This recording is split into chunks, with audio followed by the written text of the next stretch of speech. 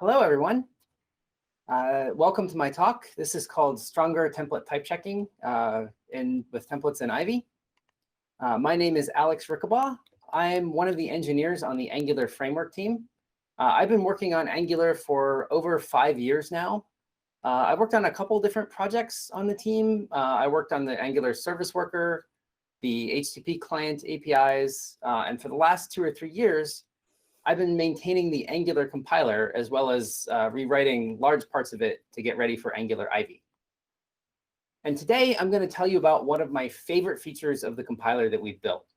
It's my favorite feature because we've been getting issues about this from users for years. And we've always kind of had to explain that the things that people were asking for were just technically not really possible as part of the architecture of the old compiler. So it was an absolute joy as part of writing the Ivy compiler to support some of these things from the ground up.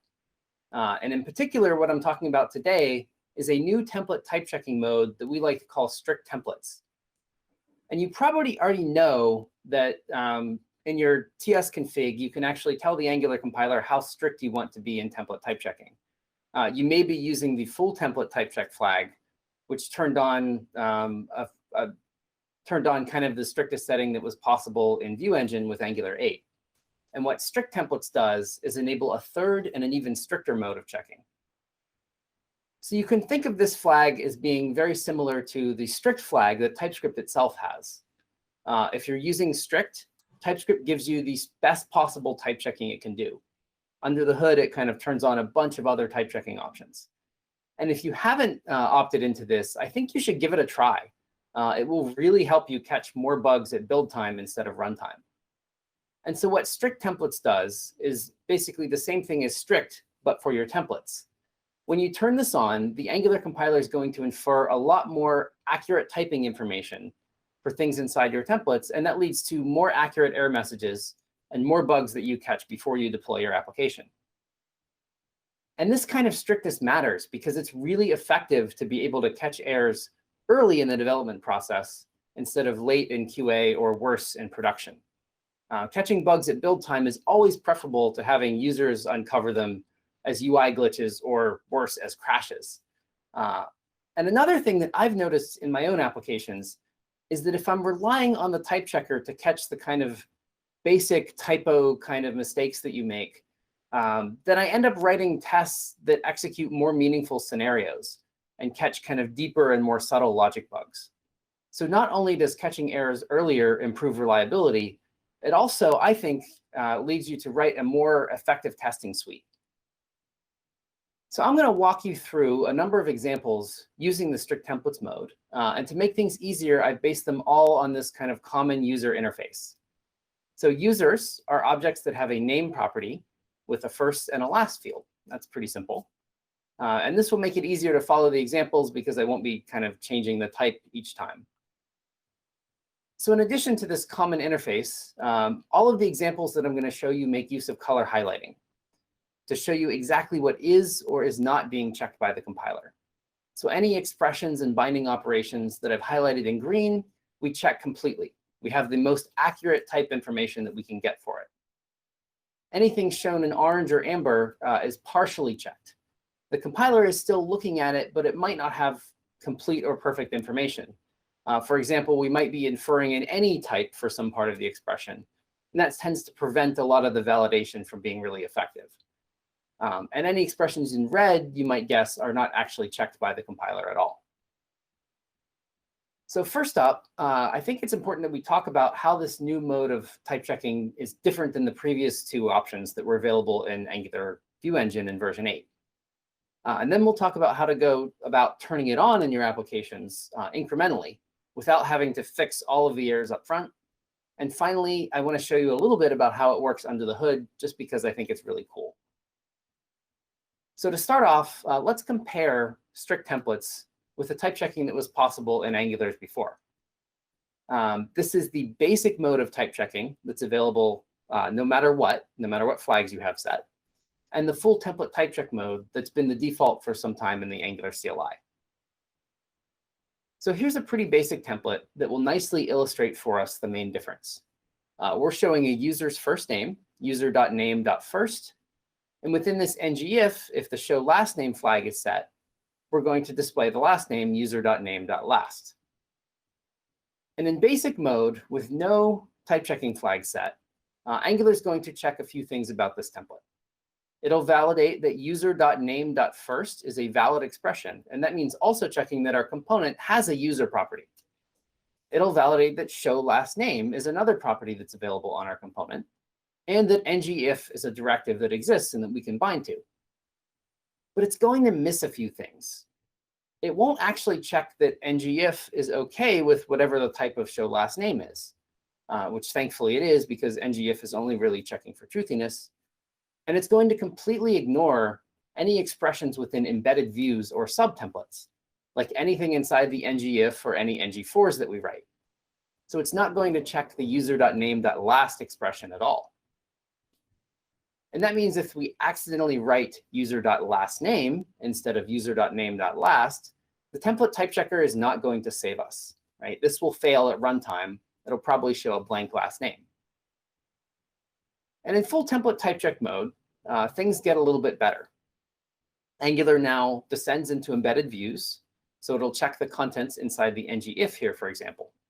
That means it actually validates that user.name.last is an expression we can bind to, but it still doesn't check that input binding expressions are actually assignable to their inputs, like the binding we have to ngIf here.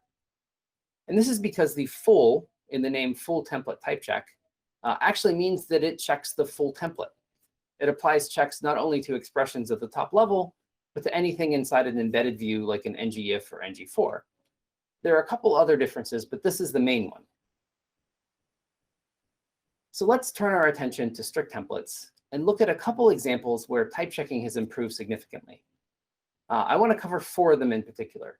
Type checking of ng4 loops, which is possible for the first time with Ivy. Checking of binding types, so making sure that the inputs of directives or components are actually compatible with the expressions that you're binding to them. Inference of the $event type when it comes to output or DOM event bindings.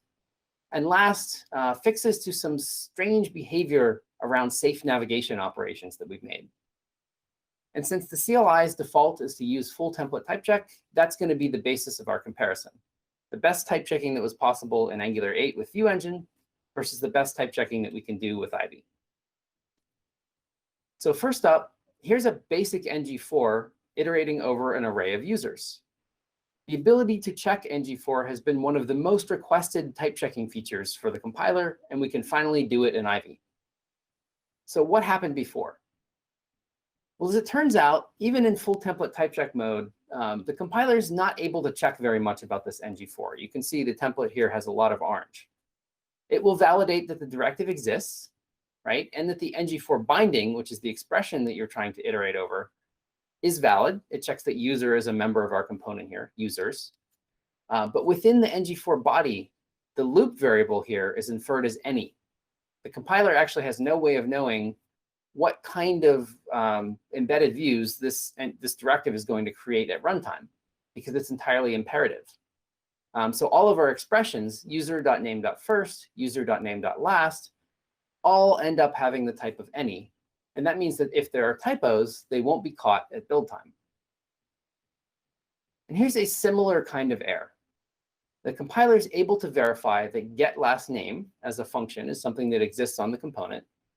Because user is typed as any, though, the compiler can't actually provide us any safety around calling this function with the loop variable as an argument. And under strict templates, this picture gets a lot more green. Thanks to Ivy's new template type inference, the compiler actually knows now what type the user variable is. And so any expressions that use it can be correctly typed and checked. And as I mentioned, this is the first time we've been able to do this. One of the other main differences between prior template type checking modes and strict templates is checking for assignability of inputs. So inside this template, we're invoking a component called user component, and we're passing in my user.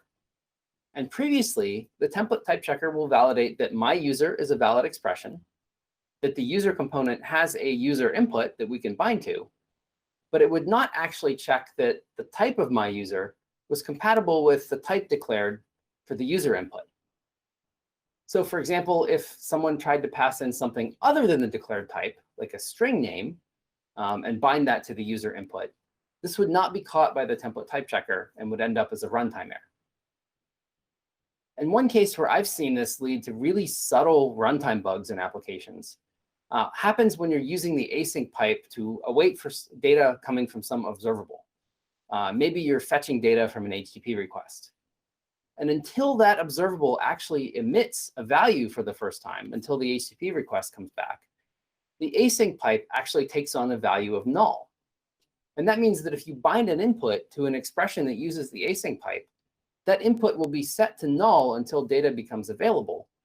And it better be the case that whatever component that declares that input is actually compatible with receiving a null there. But because that wasn't being type checked, it could lead to runtime errors or crashes like the type error that you see here. So with strict templates, we can actually catch errors like this at build time. The compiler knows that the async pipe can produce either a value of type user or null, and it can check that both of those are compatible with the input that you're assigning that binding to. And so instead of a runtime crash, you get a compilation error that tells you this is not a compatible situation. A similar kind of thing happens for output bindings and the $event value. $event has been previously inferred as any, so the compiler will verify that the event that we're binding to exists, but it can't check that $event is actually appropriate for whatever you try to do with it. In this case, we're trying to assign it to a property of the component. With strict templates, we get this right. The compiler knows the correct type of $event, and so it can check every part of this binding, both that the event exists and that it produces an appropriate $event type for whatever we try to do with it. The last example I want to show you is safe navigation. So in this case, let's assume that we have a component with a user input that may or may not be set, right? It might be undefined. And we'll go ahead and declare a function called format name, which accepts the name for string and presumably formats it for display somehow. Maybe it capitalizes it correctly. Right here, I'm just calling string.trim on it for the example. And so we might start out and say, OK, let's format our first name. So format name of user.name.first. However, even in the previous mode of template type checking, the compiler is going to complain here because it knows that the user field on our component might be undefined. And so we can't just access the name property of it, right? Not allowed. But Angular has safe navigation, so we can use that. And that'll allow us to write user.name.undefined and not actually crash if user is undefined, right? Unfortunately not. This code is still broken. And the template type checker now can't catch this error. Because as it turns out, any safe navigation operation in full template type check mode is inferred to be of the type any. So the compiler doesn't actually know how to help us here. It can't check that the value that we're passing the format name is actually legal because it doesn't know what type it is. So under strict templates, as you may have guessed, we can actually catch this error. Now the compiler knows that this expression can either produce a value of type string, or it can produce undefined, and it's not actually legal to call format name with a value that could be undefined. The takeaway from all of these examples is that strict templates gives you much better type inference within your templates. And that translates directly to fewer runtime crashes or UI glitches when the assumptions that you're making about the values within a template don't turn out to be perfectly correct. But how do you get there? Right? If you have an application that has 100 components, it's not really trivial to just turn on a new strictness flag and subject all of your templates suddenly to much more rigorous validation. I promise you, there's going to be some errors. And it's really annoying to have to fix all of those before you can benefit from increasing the strictness. And that's why we designed strict templates to be adoptable incrementally. So you can turn it on in 4 steps. And step 1 is kind of the obvious one. You try it and you see what breaks. And you take those failures and you figure out what the root cause is. So you might get a bunch of failures that happen because a particular input doesn't have a correct type. You might get some other failures because you're relying on the inference of any in certain situations. And once you have this list of root causes, which is going to be much smaller than the list of errors, hopefully, you can selectively turn off parts of the strictness checks until you have time to get them all fixed. And that means that you can adopt strict templates incrementally by disabling any check that's problematic and then turning it back on as you fix the errors gradually. So there are a few reasons why you might have to do this. One of them is if you're using libraries that weren't actually compiled with TypeScript strictest settings. Maybe they don't specify undefined or null as valid types to assign to an input. They might still work with those values at runtime. Their code may not actually be broken, but because the library hasn't told TypeScript about this, TypeScript can't validate it for you. Of course, you may have actual typing bugs in your templates, and sometimes those aren't easy to fix. Sometimes it might require you to change APIs to do so.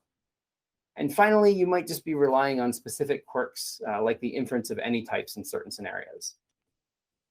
So if the check that expressions are actually assignable to the inputs that you're binding them to is problematic, you can turn that off by setting strict input types to false.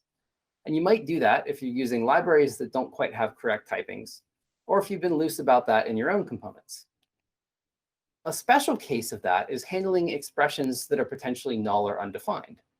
It turns out that if you're using a library that didn't have TypeScript strict null checks turned on, its typing files won't actually declare that null or undefined are valid values for inputs. And by disabling strict null input types, you can bypass that specific issue without having to turn off the larger check for all input bindings. Another problematic area is in attribute style bindings as opposed to the square bracket property bindings. Attribute bindings always are assumed to be string values, and that can cause issues when you're binding to inputs that might be expecting, for example, a Boolean. So you can set strict attribute types to false while you work around that problem and update your templates. If you happen to be relying on the previous inference of any for safe navigation, you can restore the old behavior by setting strict safe navigation types to false. The same goes for the inference of $event as any for output bindings and the strict output event type flag. And there's another flag, strict DOM event types, that controls the inference of $event for DOM event bindings separately. And one case where we've seen people have to turn this off is if they're using $event.target. And so here we have a change event that we're registering on an input element. And you might expect that $event.target is the HTML input element. And at runtime, it is going to be that value. But because DOM events can bubble, the type of $event.target is not really something we can rely on here. It's actually much more generic than you might expect. And that can break certain patterns, like this one here. So there are a couple other flags that I haven't specifically mentioned. They tend to come up more rarely in application code. You can read the full list on the Angular IO template type checking guide, along with descriptions and other scenarios where you might need to disable some of these checks. So now we've covered strict templates in some pretty good detail. We've talked about how to use it. Now I want to dive in a little bit and show you how it works under the hood, because I think it's just really cool how this works. I'm not going to go into a lot of detail. We'll cover it pretty superficially. I'm working on a blog post that's going to explain in kind of much more depth how this works. So here's our example template. We're iterating over a list of users, and we're printing out the first name of each one. Now, internally, the TypeScript compiler actually has no notion of HTML or Angular templates. The only thing it can do is operate on TypeScript code. So what we do is we convert your templates into TypeScript code. And this is code that you as a user will generally never see. It's code that does not get transpiled to JavaScript. It does not run ever in a browser. What we do is we take this code and we feed it to TypeScript and ask TypeScript to check it for us. Then we take any errors that we get back and map them back so we show them to you in the context of your original template. So this simple ng4 template produces this crazy looking piece of TypeScript code. It looks complicated, but the steps that it's going through are actually pretty easy to understand. So I'm going to walk you through it step by step. The first thing this code is doing is trying to figure out what type the ng4 instance that we've declared in our template is going to be.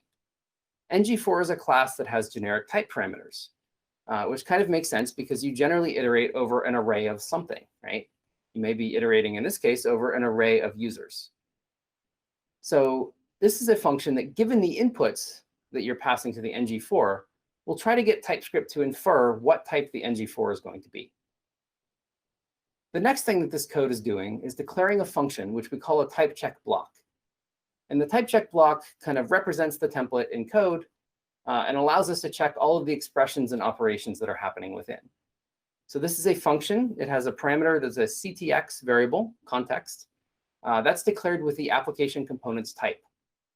So any expressions that read values off of the component will reference this ctx variable. So in this highlighted version here, you can see we're passing in the value context.users as one of the inputs. And this way we can infer the type of the ng4 directive, which we've called here T1, with correct generic parameters. So we'll get that it's an ng4 of user objects. Next, we're going to actually ask the ng4 directive what type its context is going to be. This is the T2 variable that actually starts off as type any. And that means that when ng4 stamps out rows of whatever we put inside of its embedded view, it can tell us exactly what type the loop variable is going to be within each of those rows. So in this case, it will tell us that T2 is a type called ng4 context that's generic over user objects. And inside that if block, when T2 has the correct type, we can now extract $implicit, which is the actual loop variable, which is going to be type user, as T3. And then all we have to do is write out the expression t3.name.first, representing user.name.first from the template. And TypeScript will tell us if there are any type issues with this expression. And you may also notice that all of these pieces of code have comments, pairs of numbers inside each comment near its expression. These are actually our source maps. What they do is allow the compiler to take an error that TypeScript gives us, which will point to something wrong in the type check block code. And we can use those comments to go back and find where the actual expression was in the template that caused us to generate that. And we can show you the error in the context of the code that you wrote. So to summarize, you should use strict templates and strict mode in TypeScript, if at all possible.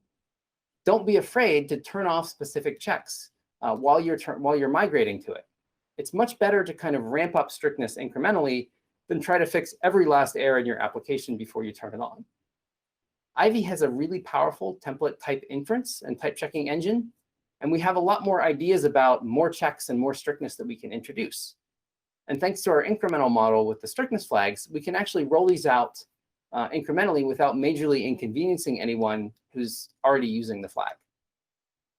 So that's all I have for you today. Thank you very much. And I'll hand it back over to the organizers.